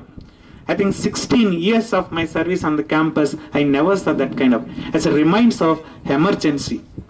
The way they dragged girl students by men police, we said, don't beat our students. They are asking our names. We were told that Apparao supplied names. These people must be arrested. These are the people, must be applied. They asked me, who are you? I said, I am a faculty here. What is your name? I said, I am a faculty here, head of the Center for Ambedkar Studies. What is your name? They are asking. I said, don't beat my students. That's what I asked. I didn't disrupt it. This is a campus. You cannot have this kind of violence. No, Apparao told us we wanted to take. The way they beat the students, after taking it forcefully, we were all pushed into the vans. Let me say, 40 minutes from the campus, when the van started, police van started, 40 minutes it took us to take to the police station. 40 minutes they beat the students. One student caught by 3 policemen, and 3 policemen, hands, legs and head. Whatever the way they want to beat, they bet. One boy comes from Bengal. Without specs, he can't see. Specs was fell on the floor of the van, and he was trying to trace that. They took the specs and said, I can't, that boy said, sir, I can't see. Then they took the specs from him and they tried to punch in his eyes. Shame. This is the violence. You are a teacher or you are a vice chancellor? What kind of institution that you want to head? What kind of institution that we would like to see on democratic country? If that is the case, why you are branding? We are taking Ambedkar name, we are taking Marx and Ambedkar, and we are taking this kind of ideology. You are trying to say we are anti-nationals. The violence that inflicted on students, 40 minutes, my friends, I think it's a very, very difficult to explain. I think that is why when we were, 30 hours, we were taken to 2-3 police stations. As soon as we captured, our phones were snatched away. I think Dr. Tathagat would tell us, I think, how he was in a different van, I was in different van. They were taken in ambulance, we were taken in police van. They took away our cell phones. They were not informed. Our family members were not informed. After 24 hours also, at midnight, we were taken to the magistrate. After that, I think Serlapalli Central Jail, after 5, they don't allow anyone, even VIP also, no one. But at 3 o'clock, we were taken into the jail. 24th, we were captured or abducted, whatever the words that we want to use, I think we can use. Very forcefully, we were taken 24th, 3 o'clock, when we landed in Central Prison, when we went into our barracks. There, I think those people, I'll try to. Those people were, I felt, because I teach in a classroom, jail is like this, police are like this. In a university becomes a jail becomes a university. I could see some kind of, they offered food at 3 o'clock. Yes, they were offered. The same day, Central University students, same Apparao, denied water, food, electricity, ATMs, all their ATMs were taken, we were told, suspended. If that is the case, I think what life science you teach is a life science teacher. This is a school of life science. The life of the campus in a dark. I think this kind of a discrimination that Rohit asked from the beginning. What is going on? Fellowships, the kind of academic discrimination. We wanted to say the Velivada, how it was erected, it has a history on the campus, and all that maybe sometimes we would like to express more, because Tathagat is also there. I must thank all of you for having this kind of talk on JNU and giving this opportunity. Once again, I thank Teachers Association and Students Union. Thank you very much. Thank you, sir. Before I ask Tathagat to speak, there is an announcement that on behalf of JNU Students Union and JNU Teachers Association, that there will be that the tomorrow's teaching talk would be delivered by Professor S.K. Thorat. He will be speaking at 6 p.m. here on Ambedkar and freedom. Now I request Tathagat. Look, I mean, Tathagat, I didn't had much interaction with him because I left by the time when Tathagat, joined, it seems. And perhaps many of you might have heard about Professor Kannan. He is like another Apparao. Okay, he is from his own department. I can sense how problematic, because Tathagat's attack on Tathagat can be seen that how he tried to question the idea of freedom. In fact, he's from mathematics department, and Professor Kannan was from mathematics department. He is still he dug his own well to protect his purity. That is the height of Brahminism that prevailed in HCU and prevailing in HCU. So Tathagat by facing such kind of people and by questioning such kind of people, he has been targeted. So so Tathagat, and also I was closely observing his post, he came out from the jail. He started with, typical like, JNUite, like, Ratnam was your, as a JNU student, Professor Ratnam was JNU student. Somewhere this, he also imbibed this struggle, from the JNU, that inspiration. So Tathagat, I thought he might be from JNU. He started, jaise hum naare lagata hai na yahan pehle se. Pehle naare laga ke fir bhashan shuru karte hai hum. So Tathagat was like that. So that's why deliberately I kept Tathagat at the end, so that he will more inspire, also, equally like what Professor Ratnam, inspired us. Now I request Tathagat to share his views. Long live, long live. छात्रों कर्मचारियों के एक 10 जिंदाबाद, जिंदाबाद, जिंदाबाद। SU के साथियों संघर्ष करो, हम तुम्हारे साथ हैं। डॉक्टर तथागत को जय भीम उल जोहार, जय भीम उल जोहार। Yeah, I think I'm supposed to give slogans. I don't have much of an option. So, Johar Rohit Vemula! Johar Rohit Vemula! तुम कितने रोहित मारोगे? घर से रोहित निकलेगा। रोहित तेरे खून से इनकलाब आएगा। So इनकलाब, इनकलाब, इनकलाब जिंदाबाद! जिंदाबाद, जिंदाबाद, जिंदाबाद, जिंदाबाद। So,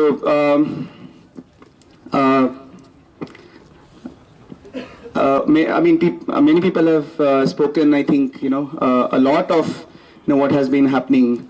I really don't know what to speak about and what not to speak about. But one thing that I would definitely want to say is, like, we keep facing these questions. Actually, maybe I should set this straight before I go to something else. This dichotomy of JNU and HCU, I think we need to question at some level. From 2 points of view.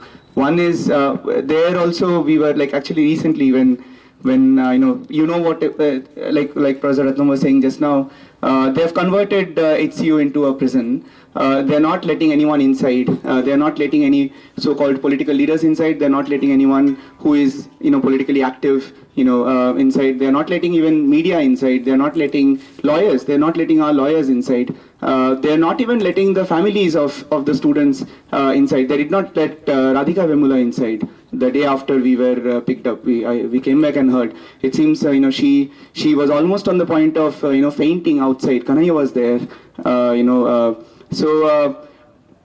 So few days back when they had stopped Teesta Setalwad and 3 other MPs who had come from Kerala and Teesta was invited by Professor Ratnam officially for a program in his department. Even then she was stopped. And then there was one journalist who had come from here, who had gone from Delhi. She was also stuck there, and we were outside. We were trying to get the gates opened and so on. And then this journalist, she was asking questions and she was taking interviews outside itself. And she kept asking me that this does not happen in JNU. JNU so much happened, but even then media was allowed and people could come in, etc., etc. Why is it that in your university you don't have that kind of broad support from the faculty and broad support from the students, and why are you so divided? So what I told her is that the struggles that we have seen happening in JNU and the struggles that we are seeing happening in HCU are very different kind of struggles. The struggle that is happening in HCU is also against the idea of HCU. It's against the idea of the foundational violence that the violence that forms the foundation of these kinds of so-called centers of higher learning, like HCU. So, and the struggle is against caste. So it's obvious that large sections of the Dronacharyas will not come in support of the struggle. In fact, if it so happened in HCU that all the 500 faculty members came in support of our struggle, then I think we would have had to question the nature of our struggle. Then I would have been unsure that, I would think that we are not doing something correct. But the fact that they're not coming, I'm happy about it. It tells us, keeps constantly reminding us that we must be raising the correct questions. So that's one thing. We need to understand the difference in the political histories, the political movements that are happening in the two places. But the other thing I also wanted to point out is that at some level we need to also, not separate out institutions such as JNU, HCU, etc., from or the so-called central universities from the other universities, from the other colleges, right? I mean, just now, like when we are speaking here, the teachers of Osmania University, they are protesting against this thing, that the fact that they have not been paid their salaries for months together now. We need to understand that most of the students who we are talking about, the students from the marginalized communities, the students from both the socially, economically and culturally marginalized and oppressed communities, the ones who are at the heart of and at the forefront of the struggles that are happening both at JNU and HCU, where do they come from? Where were they before they came to institutions like JNU and HCU? So we also need to talk about the other universities, the other colleges, because places like JNU and HCU, they don't exist in the air. They exist on the shoulders of these other so-called lesser universities, and we should start talking about that. Otherwise, we are at some level we are replicating the same hierarchies that we are supposed to be fighting against. Having said that, again, because I'm from HCU, I can mostly talk about HCU. And what has been happening there. So one of the things that has been concretely, happening in HCU, I don't know. I mean, like I've been saying, telling others also. I don't know whether we'll achieve all the demands that we are fighting for. We also know that, the demands, this is not just a struggle against one Apparao. Apparao is sort of our first and immediate enemy, but the struggle is against, like someone was saying, the struggle is against hundreds of such Apparaos. The struggle is against, the entire structure of caste. It's a part of the historic struggle of annihilation of caste, and the struggle is not going to end till caste is annihilated from this country. So we are, when the struggle started, those of us who have been part of the struggle from before, all of us knew, none of us were under any kind of illusion that this was going to be an easy struggle. All of us knew that we were in for something that is a very long drawn, very protracted struggle, which is not going to end anytime soon, and all kinds of backlash are going to come, and that is what is going to happen, and therefore, one of the things that I wanted to convey to you from our comrades in HCU, from all the students, the entire student community of HCU, and certain sections of the teaching community in HCU, and certain sections of the so-called non-teaching community. I have problems with the term non-teaching, as if teaching is the most important part of a university and non-teaching is not so important. But the kind of message that I bring from them is that no one is in any kind of mood of giving up. In fact, what they did, one of the mistakes, Apparao, we know that, every day, every decision that he has taken is a false decision, is a wrong decision. But I think the most idiotic decision that he took on that day, in terms of unleashing the brutal police force on the students, is that he thought that they would crush the movement. He thought that this is what is going to put an end to the movement. But what he didn't realize is that what he thought is that after killing one Rohit, he could do this and then stop the struggle that is happening around the death of Rohit Vemula, and not just around his death, but the struggle, the largest struggle that has been going on since August 2015. But what he didn't realize is that in the process of such police brutalities on 22nd March and the subsequent custody of students, and many of who are kids, they're children, they're 18-year-olds, they're 19-year-olds. What he didn't realize is that and what has happened is that he by himself and his police force and his political masters, these fascists who are ruling this country today, what they've done is they've created hundreds of Rohits. They've created hundreds of Rohits through what they have done on that day. And let me we want to tell them, they should hear this out, that these Rohits are not going to die. All of us collectively will ensure that these Rohits are not going to die. One of the things that the struggle has already, this is what I was going to say earlier, we don't know whether our demands, we are going to achieve all our demands or not. But one thing that I think we have already achieved is that we have torn down the masks of everyone in University of Hyderabad. Everyone in the University of Hyderabad now has complete information of who is who, what stands or what ideas do these people have, regardless of what they write in their EPW papers, regardless of what they write in their academic journals, regardless of what they talk in their classrooms. Right now, we know who is who, and we are not going to forget this. We are all going to remember this, and we are going to pass on this information to the people who are going to come to HCU in the subsequent years, so that no more Rohits get killed. So that has been, I think, one achievement that this struggle already has had. But of course, the struggle will have to go on, and we will see to the we will fight it till the end. Either they win or we win. I mean, there is no it has gone beyond the point of no return, and no one is going to settle down with any kind of a quote unquote middle ground that some people are trying to advocate. To talk about 22nd March, I think we need to sort of also talk about 18th March, what happened on 18th March. As some of you might be knowing, this Apparao, he went on leave. I mean, like Professor Ratnam was saying, in fact, he fled from the campus the night when, the night of Rohit's martyrdom. And ever since then, he has been absconding. He has been absconding. He is a criminal. He is one of the primary accused. He is the primary accused in under serious charges. There is a SCST Atrocities Prevention Act upon him. There is IPC Section 306 on him for abetting suicide, and so on and so forth. In that period, Professor Periyaswamy was the Vice Chancellor, and he himself belongs to a backward community. And at the same time, he is one of the most renowned scientists in the country. And what he was trying to do is he was trying to sort of, administratively, he was trying to take steps which reflect what the movement was about. He had conducted consultations with the Joint Action Committee for Social Justice. He had, taken cognizance of the demands that were coming from the struggle. He had sent those demands for, consultation across various schools and departments. And then he was in the process of, summarizing the demands and in particular certain administrative measures he was trying to implement, which he was going to propose in the academic council meeting that was supposed to happen on 24th March. As part of that, he had conducted this meeting on 18th March, where he had called all the heads and deans of the university. And what Professor Sukumar was saying, I was reminded of this. These are the same heads and deans, sir, who had, who you were saying had objected to RGNF fellowships. And this time also they did something very similar. So in that meeting, what Professor Periyaswamy suggested, I mean, Professor Ratnam was there in the meeting. He can give you more details of what happened. I heard from him and other people about what happened in the meeting. So there, one of the, I'll give you 3 examples of the kind of proposals that Professor Periyaswamy had brought. One proposal was that the non-net fellowship of all the students be increased from rupees 8,000 to rupees 25,000 per month to bring it at par with other, institutions.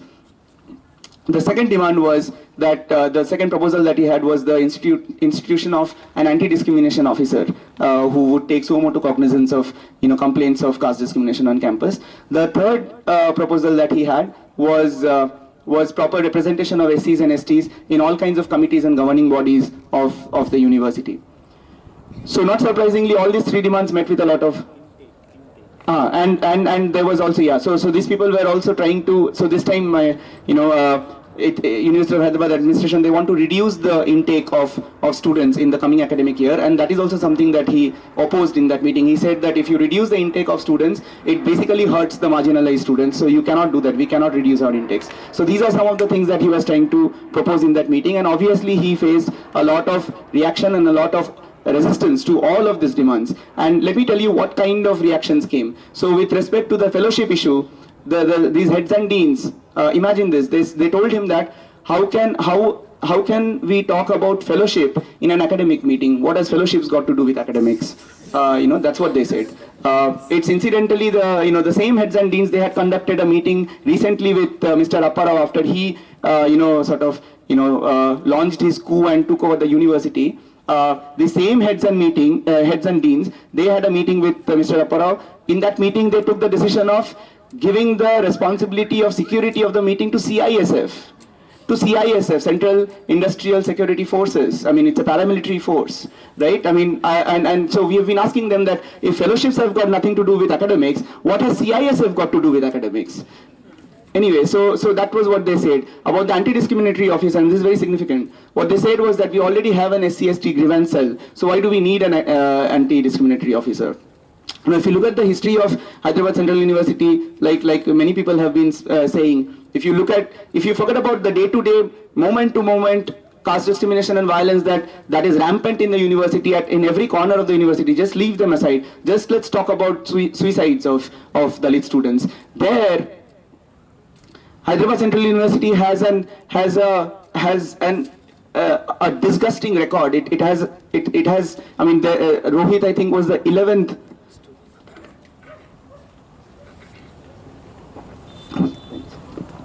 Rohit, I think, was the 11th Dalit student to have committed suicide there in the last 10 years. So this is, and what has the SC/ST cell done?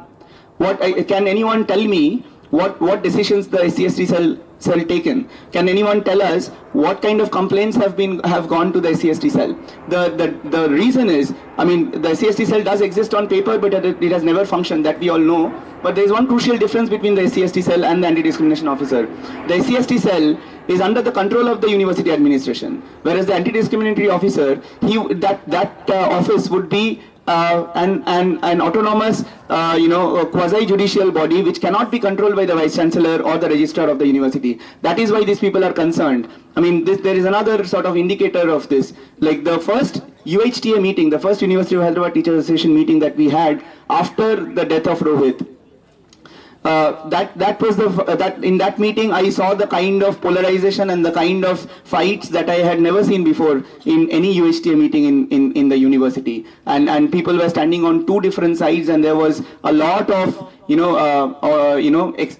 was a very militant meeting, and one of the demands that really sparked off all kinds of emotions in a certain section of, in the majority section of the teachers present in that meeting, was when some of us raised this demand that we want a judicial probe, not just into Rohit's death, but also into all the prior deaths, into the death of Senthil Kumar, into the death of Puliyala Raju, into the death of Madari Venkatesh. All of these deaths should be dug up, and there should be judicial inquiry into all the deaths.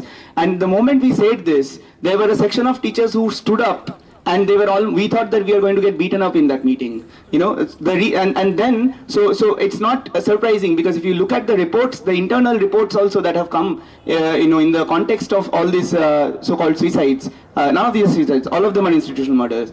But the reports, if you look at the names, of the faculty members who are in various ways responsible for these deaths, the list of the names is too long. The list of the names includes a lot of people whose existence, whose careers, whose fame and whose material benefits are going to get questioned fatally if there are proper judicial inquiries that happen. That is what these people are scared of. They have a lot at stake, and that is why these people are against this whole idea of anti-discrimination office. And incidentally, this is not Professor Periyaswamy's personal idea. This is part of a UGC circular that had come in 2012, which talks about which gives a guideline for instituting this body. But that circular was not circulated at all. It was completely hushed up. It was put under the carpet. None of us even knew that the circular existed until recently, when it was dug up and so on.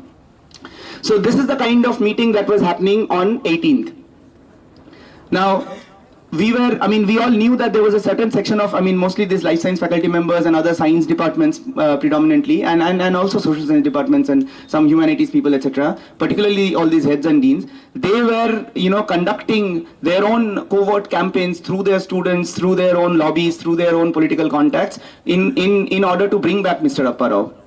So we knew that this process was this was in the process, but what we did not know is that he would come back in such a brazen and blatant and rushed way on 22nd, and the only reason that can explain that is that he wanted to he did not want the 24th Academic Council meeting to happen, because if it happened, and if it happened while Professor Periyaswamy was the Vice Chancellor, then all these people were scared that these kinds of proposal might somehow get passed in the Academic Council meeting, and then what happens to not just Mr. Apparao's future, but all of these people's future. That was the anxiety, that was the fear that these people were operating under, and that is why he is brought back in the way he was brought back on the 22nd. And if you look at the press note that is circulated on 22nd, he clearly mentions there, one of the main things that he mentions there is that the Academic Council meeting on 24th hereby stands postponed, and the reason he gives is holy. He says that 24th is holy. That's why we are, postponing it. But all of us know that that holy is not the reason. Anyway, so these things were happening, and then we were like, Professor Ratnam was saying that we were all part of the protest, and this was going on, and then Lathi Charge started. I don't want to talk too much about the descriptions of the police brutalities and all. I'm sure you must have watched the videos, and particularly given that you are all JNU students and faculty members, no one here is new to police, police Lathi Charge. We know that. So there's no reason for me to, sort of give details of what they were doing. I also cannot talk much about our prison, the so-called prison experience, again for a similar reason, because we know that there are students here from Kashmir, we know that there are students here from Northeast, we know that there are students here, who belong to the Muslim community. So who am I to talk about prison experience to them? Because they have been living in the prisons for hundreds of years. So, but one thing that I wanted to mention, which is sort of similar, which sort of has a connection with what has been happening in JNU over the entire episode that started off from February 9th, is that when they were beating us and when they were, threatening us with murder and encounters and all that, one of the consistent, blames that, or one of the consistent, question that they were raising us, or they were telling us, is that you all are, anti-nationals. You all are, you support Afzal Guru and Yaqub Memon, and you should better go to Pakistan and all those kinds of usual stuff. So I told them that, yeah, I mean, in a country where even Rahul Gandhi is supposed to be seditious, some of us should be anti-national. Otherwise, what kind of answers are we going to give to history when history asks us questions? Of course we are anti-nationals. Why not? So that's what we were telling them. Then they told us that, do you know what Telangana police is capable of? When they were trying to scare us about encounters and stuff. And then I'm just saying this because we have to understand that where the anger comes from, where the anger of this police force and where the anger of the state comes from, right? We told them that, we totally know why, what Telangana police is capable of. We know what you did to Vikaruddin when you killed him, when he was in your custody under handcuffs, and still you murdered him. So yeah, we are under no kind of false illusions of what you are capable of, and so on. And these are some of the reasons why some of us were particularly brutalized and beaten up and whatever they did. Coming back to now, so I don't want to talk too much. I'm hoping that we can have a discussion session also. There are many people here. It will be, instead of us coming here and talking, too much, it's better if we can have some discussions and question answers and all. So the one thing that I did want to mention is there's this whole, I agree with others when people are saying that this is something that is very new is happening right now with respect to this kind of student activism and student politics, is this phenomenon of the Ambedkarite forces and the left forces at some level coming together. We know, those of us who are part of it, we know that it's not an easy alliance. We know that there are serious political differences. We know that there are, there is a history of, distrust, and there is a history of, complications, and these are all serious complications. We should not be brushing off these differences. These differences need to be debated, need to be discussed. These differences cannot be buried under that kind of solidarity doesn't work, and we don't want that kind of solidarity. One of the reasons why, so I also kept asking myself that what is it that is happening now, which seems to be bringing these two forces together. One thing is, of course, that we are all faced with a primary enemy of fascists, and that definitely has a role to play in it, that we all realize that we have to join our forces because this is a common enemy, and a very big common enemy that we all have. But I think there is also something that is a little more structural to this. That's what we are witnessing also in HCU in particular, in terms of what was happening not just before 22nd March, but even after 22nd March, is this, the clash or the confusions between what is considered private and what is considered public. Now we know that the left, left politics and left movements, there is a very clear understanding of what private means. I mean, we talk about private property, we talk about the inheritance, we talk about public property, we talk about nationalization, all of that, right? But at the same time, so there is a left understanding. What I mean is there is a left understanding of what is private and what is public. But there is also an Ambedkarite understanding of what is private and what is public. In the sense, if you look at, how does caste operate, right? Caste, for all practical purposes, is, legalistically speaking, caste is, illegal, right? Practice of caste hierarchy or caste discrimination is supposed to be illegal according to the Constitution of India.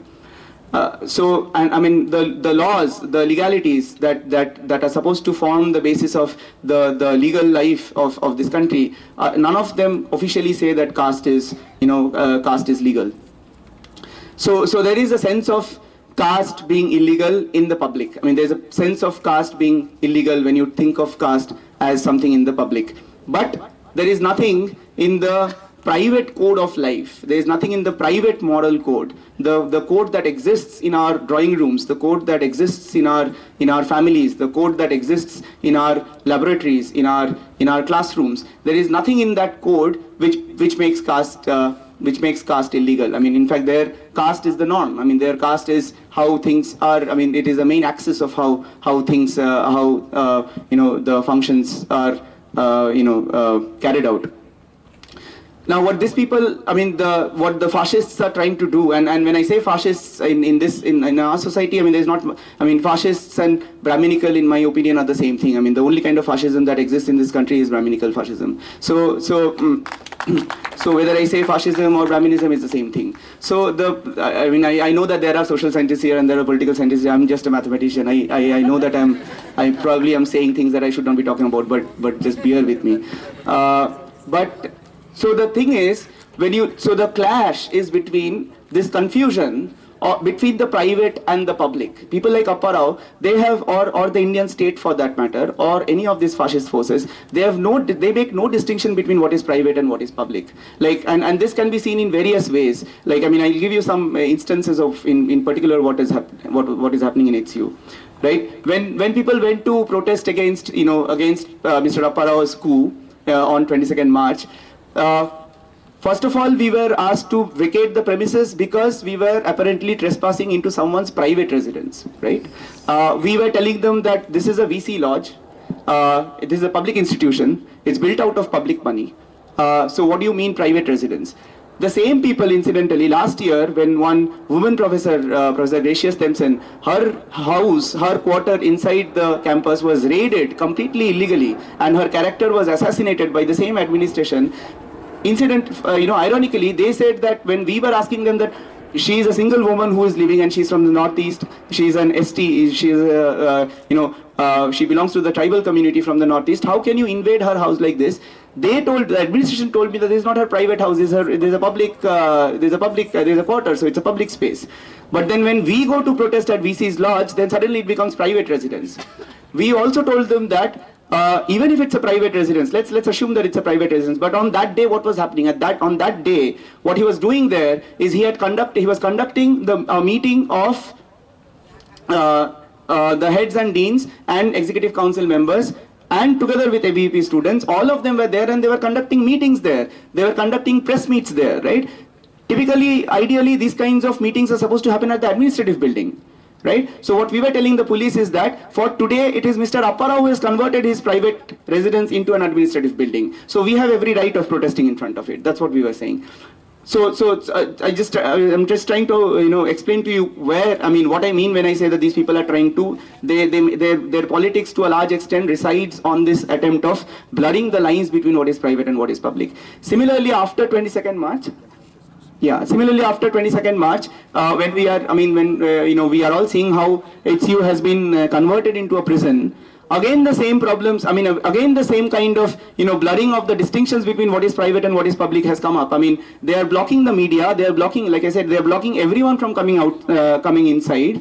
how can anyone who has any notion or any understanding of what a public institution means, how can they take this kind of a decision officially? How can a university administration officially take a decision which prevents people from outside from coming inside? So again, the same issue of private versus public comes back. So and there I think that can be one of the main points at which we can talk about the convergence of the Ambedkarite ideas of public and private and the left ideas of public and private, and that I think can form a crucial axis of our alliance and of our solidarity. There would be differences, there would be debates about many things which are the different aspects of both of these ideologies, but at least on this ground I think there should be a lot of clarity between all of us that we are together in this in terms of questioning this kind of bringing the private into the public and taking the public back into the private. So I would finish with this, and like I said, we really value your solidarity from here, and we are in the solidarity with what is happening in JNU, and like I said, that is not enough. We need to be in solidarity with everything that is happening across the country. We need to be in solidarity with what is happening in the prison. I mean, I said that I can't talk about prison experience, but one thing that I would want to mention is that the kind of hierarchies, we had a very comfortable life inside the prison, and that is mostly because the same kind of social hierarchies that we see outside in the society were replicated inside the prison. So, for instance, we were all treated as this quote-unquote political prisoners, and the students and faculties who have come, and these are all learned people, etc., etc. They are part of a political movement, and that's why they are here. And other under-trial prisoners, many of whom are kids, 18-year-olds, 19-year-olds, and they are there in the central jail for absurd charges. There were some kids who were there for chain snatching charges, and they are there in the central jail. These kinds of kids, they were sent in the morning to clean up our rooms, to clean up our cell, to wash our vessels and so on. And we were all shocked, and then we of course prevented them from doing that, and we were doing our own things. But the thing is, one of the things, for instance, that we were told by some of these kids is that, for instance, Chellapalli Central Prison, it has its own horticultural department, it has its own agricultural activities that are happening, and all the prisoners, they work in all these areas. So these children, they pointed to us one mango tree. And they said that we are the ones who water this, and we are asked, it's our responsibility. We sort of, we take care of it. And then I could see mangoes, hanging, and the first fruit of the season had come. And then one kid, he comes and tells me that, so I asked them that who gets these fruits and what happens to these fruits, and then obviously, not surprisingly, it's the jail authorities who take all the fruits and they sell it off in the market, and we all know what happens to the money. And then this person, he told me that, however, if I pluck a mango, and I'm caught doing so, my punishment is 1 month of solitary confinement. It's a 18-year-old child who is plucking, who wants to, pluck the mango from a tree which belongs to no one, which is no one's private property, right? Or it's not supposed to be, at least. The punishment is 1 month of solitary confinement. So this is the kind of repression that exists in the jails. And as opposed to that, when we were there, we were allowed to roam around, we were allowed to shout slogans, we were allowed to sing, revolutionary songs and everything. We had access to magazines, we had access to newspapers, all of these things, right? So that's what I mean, that our jail experience was actually very comfortable, and that's that's a big problem. In fact, one of the constables, who himself belongs to the Dalit community, we had an interesting conversation with him. He said he was asking about, and the amount of information, by the way, this I need to tell you, the amount of information that everyone in the jail, in Chellapalli prison at least, has about Rohit's struggle, about Umar's struggle, about Ban's struggle, about Kanhaiya's struggle. We were shocked. They know everything about what is happening, and they sent their solidarity to all of us. So I need to convey that solidarity to all of you here. You have support from the entire set of jail inmates in Chellapalli Central Prison, and so this Dalit constable, he told me that what is happening in your university, what you're saying is happening in your university. This Kammas taking control of this. The Kammas, not just Kammas from coastal Andhra. HCU is supposed to be the university that came from the Telangana movement. It's supposed to be a university for people in Telangana. And right now, the kind of attack, this Apparao is a Kamma. The registrar is a Kamma. The joint registrar who is in charge of security, he is a Kamma. Venkaya Naidu is also a Kamma. So, right? So these people, so it's a Kamma attack on Hyderabad Central University. That's really happening. So this person told me that just like you were talking about this Kamma attack on your university administration, similarly our jail administration is under a Reddy attack. So the superintendent there is a Reddy. He has placed all his Reddy henchmen in the top positions in the jail, and he has transferred all the SC/ST jail administrative officers outside of Chellapalli prison. I don't know where they are, but they have been transferred out of there. So he was saying that we need to fight this also. So I said that what can we do about it? He said that you can't do anything about it. We have to fight this from inside. He told me. He's just said that, but we have to do it jointly. You fight it there, we fight it here. Anyway, because these people are going to stay in power for 3 years, I'm sure that you'll come back here and you'll keep coming back here. So we'll get to talk. That's what he told me. So I'll end with this.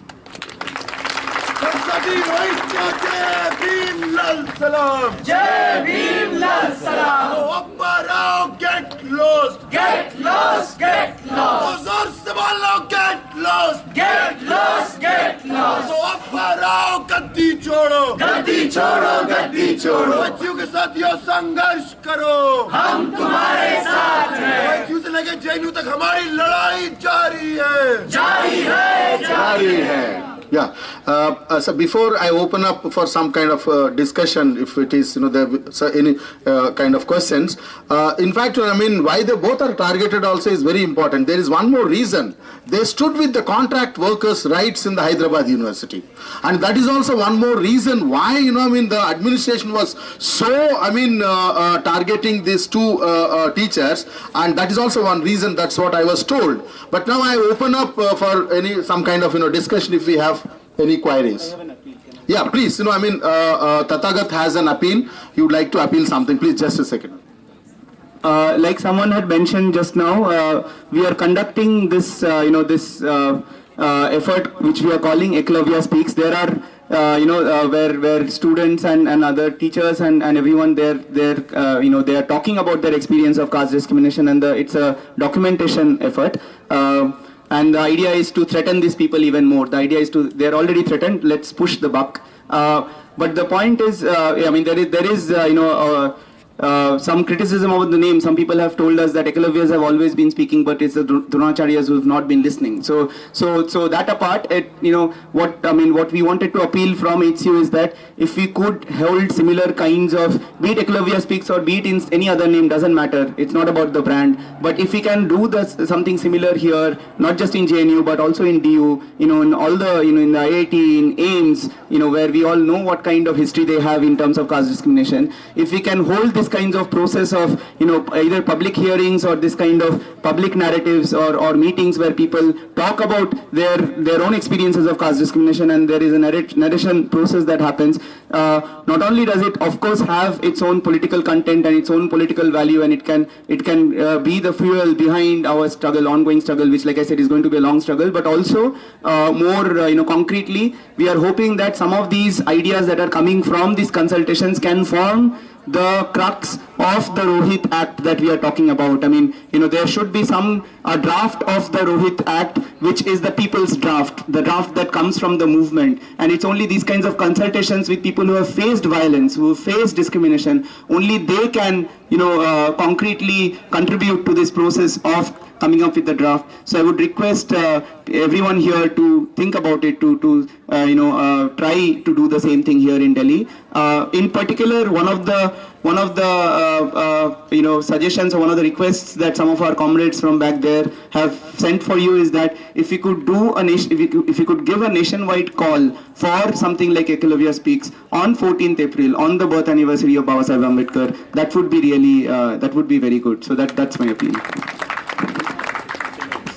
Oh, there's one more thing. So tomorrow we have given a call for Chalo HCU to break open the gates of the Hyderabad Central University prison. So those of we are Ratam sir and me are going to go back to HCU tomorrow early morning, and I would request anyone from here who wants to go to HCU tomorrow to just you'll have to buy flight tickets. Now there is not enough time, but we can all collectively try to ensure that we can book those flight tickets. So I would invite all of you to come to HCU tomorrow. I know it's a late notice, but